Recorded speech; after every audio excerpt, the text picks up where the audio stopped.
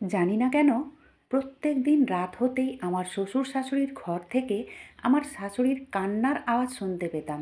যখনই আমার শ্বশুর শাশুড়ির ঘরের পাশ দিয়ে যেতাম, তখনই তাদের ঘর থেকে একটা আজব ধরনের আওয়াজ শুনতে পেতাম।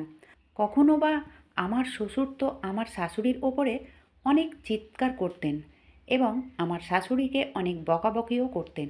এমনকি একদিন আমি যখন শ্বশুর শাশুড়ির ঘরের দরজায় কান লাগিয়ে তাদের দুজনের কথা শোনার চেষ্টা করছিলাম, তখন আমার শাশুড়ি আমার শ্বশুরকে বলেছিলেন, আমি আর পারছি না।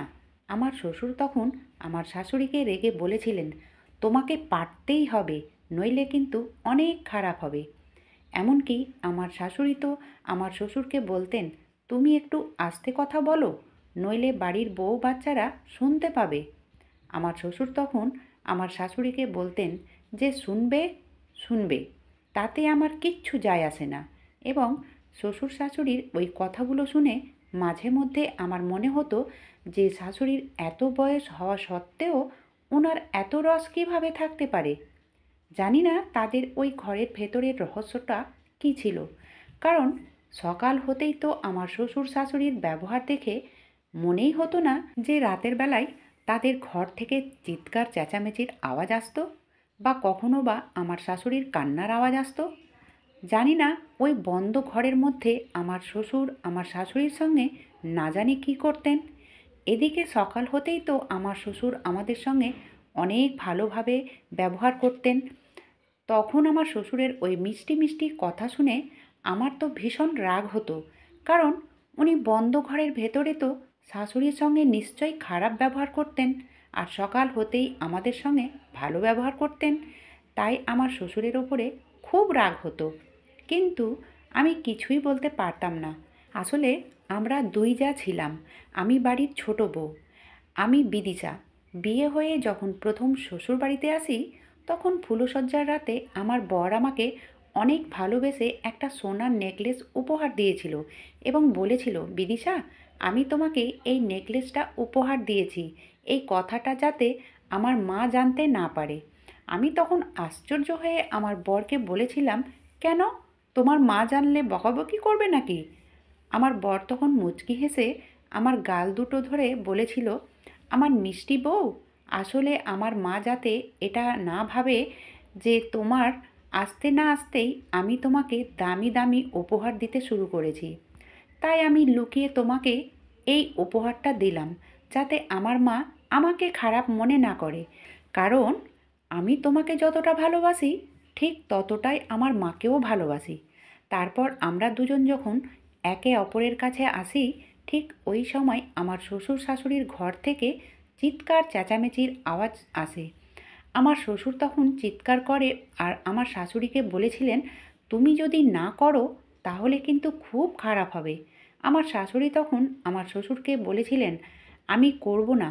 প্রথম দিন রাতেই শ্বশুরবাড়িতে এসে শ্বশুর শাশুড়ির ঘর থেকে চিৎকার চেঁচামেচির আওয়াজ শুনে তো আমি অনেক ঘাবড়ে গিয়ে আমার বরকে জিজ্ঞেস করেছিলাম যে শ্বশুর শাশুড়ি কেন চিৎকার চেঁচামেচি করছেন। আমার বর তখন আমাকে বলেছিল, বিদিশা, তোমাকে ওইদিকে ধ্যান দিতে হবে না, তুমি শুধু এখন আমাকে সময় দাও। তারপর বরের কথা অনুযায়ী আমি আর ওইদিকে ধ্যান না দিয়ে আমার বরের সঙ্গে সময় কাটিয়েছিলাম। পরের দিন সকালবেলায় জ্যাঠানি আমার ঘরে এসে বলেছিলেন, আমাকে নাকি প্রথম দিন পায়েস রান্না করে সবাইকে খাওয়াতে হবে, এবং রান্নাঘরে আমার জ্যাঠানি আমার অনেক সাহায্যও করেছিল। এবং আমি ওই সময় জ্যাঠানির সঙ্গে গল্প করছিলাম ও পায়েস রান্না করছিলাম। ঠিক ওই সময় আমার শাশুড়ি রান্নাঘরের ভেতরে এসে আমার মাথায় হাত বুলিয়ে বলেছিলেন, ছোট বৌমা, পায়েস রান্না করছো, খুব ভালোভাবে পায়েস রান্না করো, কারণ পায়েস রান্না ভালো হলে ১,৫০০ টাকা শগুন দিব। ঠিক তখনই আমার শাশুড়ির আমার গলার দিকে নজর গেল এবং উনি আমার গলার নেকলেসে হাত দিয়ে বললেন, বাহ, এই নেকলেসটা তো ভীষণ সুন্দর লাগছে, কিন্তু বৌমা, এটা তো তুমি বিয়ের দিনে পরেছিলে না, তাই এটা বুঝি আমার ছেলে কাল রাতে তোমাকে উপহার দিয়েছে? আমি তখন শাশুড়ির কথা শুনে অনেক বেশি ঘাবড়ে গিয়ে ভয় পেয়ে মিথ্যে কথা বলার চেষ্টা করছিলাম, কিন্তু জানি না কিভাবে শাশুড়ি ধরেই ফেলেছিলেন যে ওই নেকলেসটা আমার বর আমাকে দিয়েছে। এবং আমি তো এটা ভেবে আশ্চর্য ছিলাম যে উনি এটা কিভাবে জানতে পারলেন যে কাল রাতে আমার বর আমাকে এটা উপহারই দিয়েছে। তারপর শাশুড়ি যখন ঘর থেকে বেরিয়ে চলে গেলেন, তখন রিমা বৌদি মানে আমার জ্যাঠানি আমাকে বললেন, আরে বিদিশা, আমার শাশুড়ি থেকে একটু সাবধানে থাকবে, উনি সব কিছু জানতে পারেন। কারণ তোমার ভাসুর আমাকে লুকিয়ে লুকিয়ে জিনিস দিত আর বলতো মাকে বলবে না, কিন্তু সে তো নিজেই তার মাকে সব কিছু বলে দিত, আর আমি আমার শাশুড়ির সামনে খারাপ হয়ে যেতাম। তারপর আমি যখন তোমার ভাসুরকে জিজ্ঞেস করতাম যে তুমি তো তোমার মাকে বলতে বারণ করেছিলে, কিন্তু তুমি তো নিজেই তোমার মাকে সব কিছু বলে দিয়েছ, তখন তোমার ভাসুর আমাকে বলতো, কই না তো, আমি তোমাকে কিছুই বলিনি। কিন্তু এখন আমি আর তোমার ভাসুরের কোনো কথার শুনি না। তোমার ভাসুর আমাকে যা উপহার দেয় সে সব কিছু আমি আমার শাশুড়িকে আগেই বলে দিই। তোমার ভাসুর আমাকে বলতে বারণ করে, কিন্তু আমি এখন আর তার কথা শুনি না। আমি শাশুড়িকে সব কিছু বলে দিই। শাশুড়ির বকা আমি খেতে চাই না। শাশুড়িকে দেখে আমার ভীষণ ভয় লাগে। আমার জ্যাঠানির কথা শুনে তো আমিও অনেক বেশি আশ্চর্য ছিলাম, কারণ আমার বর তো নিজেই বলেছিল যাতে আমি নেকলেসের কথাটা আমার শাশুড়িকে না বলি। তাহলে আমার শাশুড়ি কিভাবে জানতে পেরেছিল যে আমার বর আমাকে নেকলেসটা উপহারে দিয়েছে? তারপর সেদিন দুপুরে খাওয়া দাওয়ার পরে আমি বরকে জিজ্ঞেস করেছিলাম যে তুমি তো আমাকে বলতে বারণ করেছিলে যে আমি যাতে নেকলেসের কথাটা তোমার মাকে না বলি, কিন্তু তুমি তো নিজেই মাকে নেকলেসের কথাটা বলে দিয়েছো, আর আজ আমি তোমার মায়ের সামনে খারাপ হয়ে গেছি। আমার বর তখন আমাকে হেসে বলেছিল, আমার মা ভীষণ চালাক, আর তুমি আমার মাকে ভালো করে মিথ্যে কথা বলতে পারোনি, তাই তুমি ধরা পড়ে গেছো। আর আমি আমার মাকে এই ব্যাপারে কিচ্ছু বলিনি। আর ওইদিকে আমি ও বর যখনই একসঙ্গে সময় কাটানোর জন্য কাছে আসতাম, তখনই প্রত্যেক দিন রাতে আমার শ্বশুর শাশুড়ির ঘর থেকে আমার শ্বশুরের চিৎকারের আওয়াজ আসতো। জানি না আমার শ্বশুর প্রত্যেক দিন রাতে কেন আমার শাশুড়ির ওপরে চিৎকার চেঁচামেচি করতেন। এভাবে আমার শ্বশুরবাড়িতে প্রায় 7 দিন হয়ে গেছিল, কিন্তু আমি তো আমার শাশুড়ির আমাদের সঙ্গে কোনো খারাপ ব্যবহার দেখতে পাইনি, বরঞ্চ উনি তো আমাদের ভীষণ ভালোবাসেন। তাহলে আমার শ্বশুরমশাই কেন রোজ রাতে আমার শাশুড়ির ওপরে চিৎকার করতেন? এদিকে আমার বরকে যখনই বলতাম যে আমার শ্বশুর কেন রোজ রাতে আমার শাশুড়ির ওপরে চিৎকার করেন, তখন আমার বর বলতো, দেখো বিদিশা, আমাদের কোনো দরকার নেই আমার বাবা মায়ের মাঝখানে পড়ার, ওরা ওদের ঝামেলা ঠিক মিটিয়ে নেবে, তাই তোমাকে তাদের মাঝখানে পড়ার কোনো দরকার নেই। এদিকে জানি না কেন আমার বর আমার সঙ্গে কোনো জায়গায় লুকিয়ে ঘুরতে যাওয়ার প্ল্যান করলেই আমার শাশুড়ি সেটা জানতে পেরে যেত, এবং আমি বরকে বলতাম যে তুমি তো আমাকে এ কথাটা বলতে বারণ করেছিলে যে আমরা ঘুরতে যাব, তাহলে তুমি কেন তোমার মাকে বলে দিয়েছো যে আমরা ঘুরতে যাচ্ছি? বর তখন প্রত্যেকবারের মতোই বলেছিল যে আমি তোমাকে কথাটা মাকে বলতে বারণ করি, সেই কথাটা আমি কখনো মাকে বলি না। তখন আমি বরকে বলেছিলাম, তাহলে তোমার মা আমাদের প্রত্যেকটা কথা কিভাবে জানতে পারে? বর তখন আমাকে বলেছিল, আসলে ঘুরতে যাওয়ার কথা আমি কাল রাতে বন্ধুদের সঙ্গে ফোনে বলছিলাম, ওই সময় হয়তো আমার মা আমার কথাগুলো শুনতে পেয়েছে, তাই হয়তো আমার মা আমাদের ঘুরতে যাওয়ার কথা জানতে পেরে গেছে। বিদিশা, তুমি এইসব ব্যাপারে আর বেশি না ভেবে চলো আমরা ঘুরতে যাই এবং খুব মজা করে আসি। তারপর সেদিন আমরা যখন সারাদিন ঘোরাঘুরি করে বাড়ি ফিরে আসি, তখন আমার বর আমাকে বাড়িতে ছেড়ে দিয়ে তার মায়ের ওষুধ কেনার জন্য ওষুধের দোকানে চলে গেছিল। এমনকি আমরা যখন ঘুরতে বেরিয়েছিলাম, তারপরে আমার শাশুড়ি তো প্রতি ঘন্টায় আমার বরকে ফোন করতেন এবং আমাদের খোঁজ খবর নিতেন। তারপর সেদিন ঘুরে এসে আমি যখন বাড়ির ভেতরে ঢুকি, তখন আমার ঘরের দরজা খুলতেই আমার পায়ের তলা থেকে যেন মাটিটাই সরে যায়, কারণ বিট্টু আমার ঘরের ফুলদানির ভেতরে একটা ক্যামেরা বের করে লুকাচ্ছিল, এবং যেটা আমি নিজের চোখে দেখে ফেলেছিলাম। তারপর আমি তাকে ধরে অনেক বকাবকি করেছিলাম এবং আমার শাশুড়ি ও জ্যাঠানিকে চিৎকার করে আমার ঘরের ভেতরে ডেকেছিলাম। তারপর আমার শাশুড়ি যখন বিট্টুর হাত থেকে ক্যামেরাটা কেড়ে নিয়েছিল, তখন আমার শাশুড়ি মা বিট্টুকে মেরেও ছিল।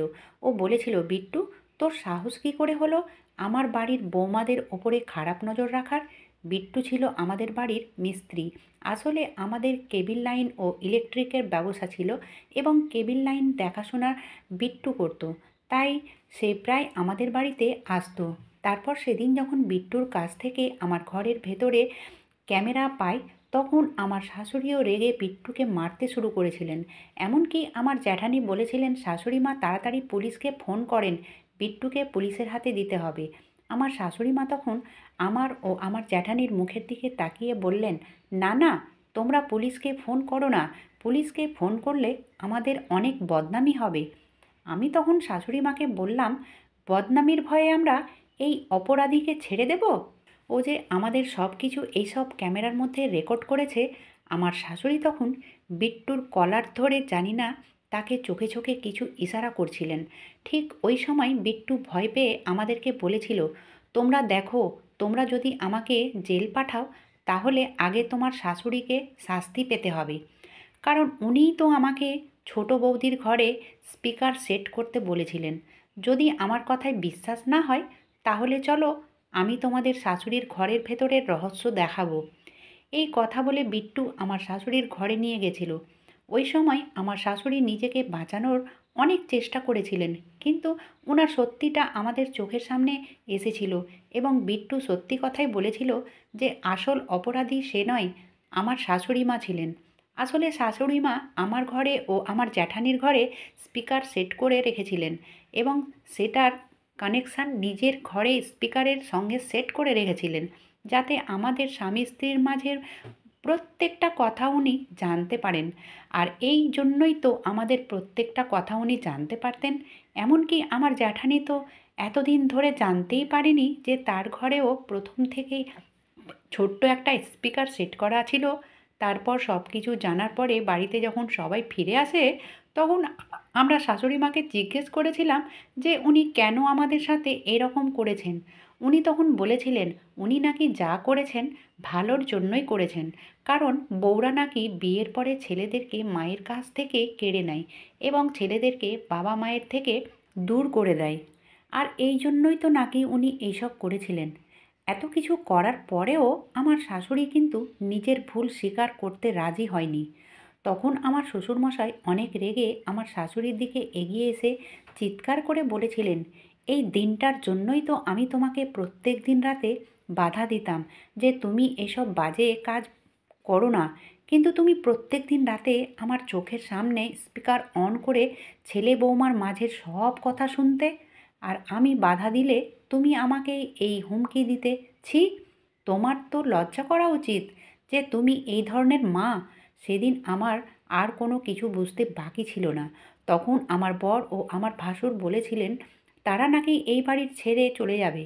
ওই সময় আমার শ্বশুর আমার বর ও ভাসুরকে বলেছিলেন, বাড়ি ছেড়ে চলে যাওয়ার কথা শুনে আমার শাশুড়িকে বলেছিলেন, তুমি যেটার ভয় করছিলে না, আজ তার থেকেও খারাপ হবে আমাদের বাড়িতে, শুধুমাত্র তোমার জন্য। আর তোমার এই বাজে ব্যবহারের জন্য আমার ছেলেরা এই বাড়ি ছেড়ে চলে যেতে চাইছে। তুমি স্বীকার করো যে তুমি অনেক বড় ভুল কাজ করেছো, নইলে তুমি আজ তোমার ছেলেদেরকে হারাবে। ছেলে বউদের মাঝে এত বেশি দখল আন্দাজি করলে এমনটাই হবে। আমার শাশুড়ি তখন অনেক রেগে আমার জ্যাঠানির দিকে আঙুল তুলে বলেছিলেন, এই সব কিছু এই দুজনের জন্যই হচ্ছে। এরা দুজন আমার ছেলেকে আমার কাছ থেকে কেড়ে নিয়েছে এবং আমার সংসারটাকে এরা দুজনেই আজ নষ্ট করে দিয়েছে। এত কিছু হয়ে যাওয়ার পরেও আমার শাশুড়ি কিন্তু নিজের ভুল স্বীকার করতে রাজি হয়নি, যে উনি ছেলে বৌমার ঘরের ভেতরে স্পিকার লাগিয়ে তাদের মাঝের প্রত্যেকটা কথা শুনে যে অনেক বড় অন্যায় কাজ করেছেন সেটা উনি স্বীকার করতে চাননি। তারপর আমার বরেরা আর বেশি দেরি না করে আমাদেরকে জামা কাপড় গোটাতে বলেছিল। তারপর আমরা যখন সত্যি সত্যি ঘর ছেড়ে বেরোচ্ছিলাম, ওই সময় আমার শ্বশুরমশাই শাশুড়িকে বলেছিলেন, এখনও সময় আছে, নিজের ভুল স্বীকার করে নিজের ছেলে বৌমাদের আটকে নাও, নইলে চিরকাল তুমি একাই থাকবে এবং আমার ছেলে ও বৌমাদের সঙ্গে আমিও এক্ষুনি এই মুহূর্তে বাড়ি ছেড়ে চলে যাব। তারপর আমার শ্বশুরমশাই যখন আমাদের সঙ্গে বাড়ি ছেড়ে চলে যাওয়ার সিদ্ধান্ত নিয়েছিলেন, তখন আমার শাশুড়ি বাধ্য হয়ে নিজের ভুল বুঝতে পেরে আমাদের কাছে ক্ষমা চেয়েছিলেন এবং নিজের ছেলেদের জড়িয়ে ধরে বলেছিলেন, আমি তোদের অনেক ভালোবাসি। আমার মনে একটা ভয় কাজ করছিল, আমি কখনো চাইনি যে বাড়িতে বউদের আসার পরে তোরা যাতে আমার থেকে দূরে সরে যাস। আমার ভাসুর ও আমার বর তখন তার মাকে অনেক ভালোবেসে বুঝিয়ে বলেছিল, ছেলে ও মায়ের ভালোবাসা কেউ কখনো কেড়ে নিতে পারবে না। তোমার জায়গা আগে যেখানে ছিল সেইখানেই থাকবে। তাই তুমি কখনোই ভয় পেও না যে তোমার বউরা আমাদেরকে তোমার কাছ থেকে দূরে করে দেবে। এটা কখনোই হবে না। তারপর আমিও আমার শাশুড়িকে বলেছিলাম, মা, আপনি কেন এরকম ভাবছেন যে আমরা আপনার ছেলেদেরকে আপনার থেকে দূরে করে দেব? এটা করলে তো এটার শাস্তি আমাদেরকে পেতে হবে। তাই আপনি নিশ্চিন্তে থাকবেন। সেদিন আমার শাশুড়ি নিজের ভুল বুঝতে পেরে আমার কাছে ক্ষমা চেয়েছিলেন এবং সেদিন আমরা জানতে পেরেছিলাম যে আমার শ্বশুর কেন প্রত্যেক দিন রাতে আমার শাশুড়ির ওপরে চিৎকার করতেন। কারণ শ্বশুরমশাই যখন দেখতেন যে প্রত্যেক দিন রাত্রিবেলায় আমার শাশুড়ি স্পিকার অন করে আমাদের মাঝের কথাগুলো শুনতেন, তখন আমার শ্বশুর অনেক বেশি রেগে যেতেন এবং ওনাকে আমার শাশুড়ির এরকম ধরনের ব্যবহার খুব খারাপ লাগতো এবং উনি অনেকবার শাশুড়িকে বাধা দেওয়ার চেষ্টাও করেছিলেন, কিন্তু শাশুড়ি মা আমার শ্বশুরের কোনো কথা শোনেননি। একদিন তো রেগে শ্বশুরমশাই আমার শাশুড়ির স্পিকারটা ভেঙে দিয়েছিলেন, কিন্তু আবার আমার শাশুড়ি বিট্টুকে বলে সব কিছু ঠিক করিয়েছিলেন। যাই হোক, এখন আমরা অনেক সুখে আছি এবং আমার শাশুড়ি আর আগের মতো এই ধরনের ব্যবহার করেন না। এমনকি আমরাও তাকে এতটাই ভালোবাসা দিয়েছি যে শাশুড়ির মনে কখনো ওই ধরনের দুশ্চিন্তাই আসবে না। আমরা তার ছেলের তার থেকে দূর করে দেব। আমি তো প্রথমেই শ্বশুরমশাইকে খারাপ মনে করেছিলাম, কিন্তু আমি ভুল ছিলাম। যাই হোক, এখন আমাদের মাঝে সব কিছু ঠিক আছে। বন্ধুরা, আজকের গল্পটি এখানেই শেষ করছি। গল্পতে কোনো ভুল ত্রুটি থাকলে আমায় ক্ষমা করে দেবেন। গল্পটি ভালো লাগলে অবশ্যই লাইক, শেয়ার, সাবস্ক্রাইব করতে ভুলবেন না। আজকের মতো এখানেই শেষ করলাম। ধন্যবাদ।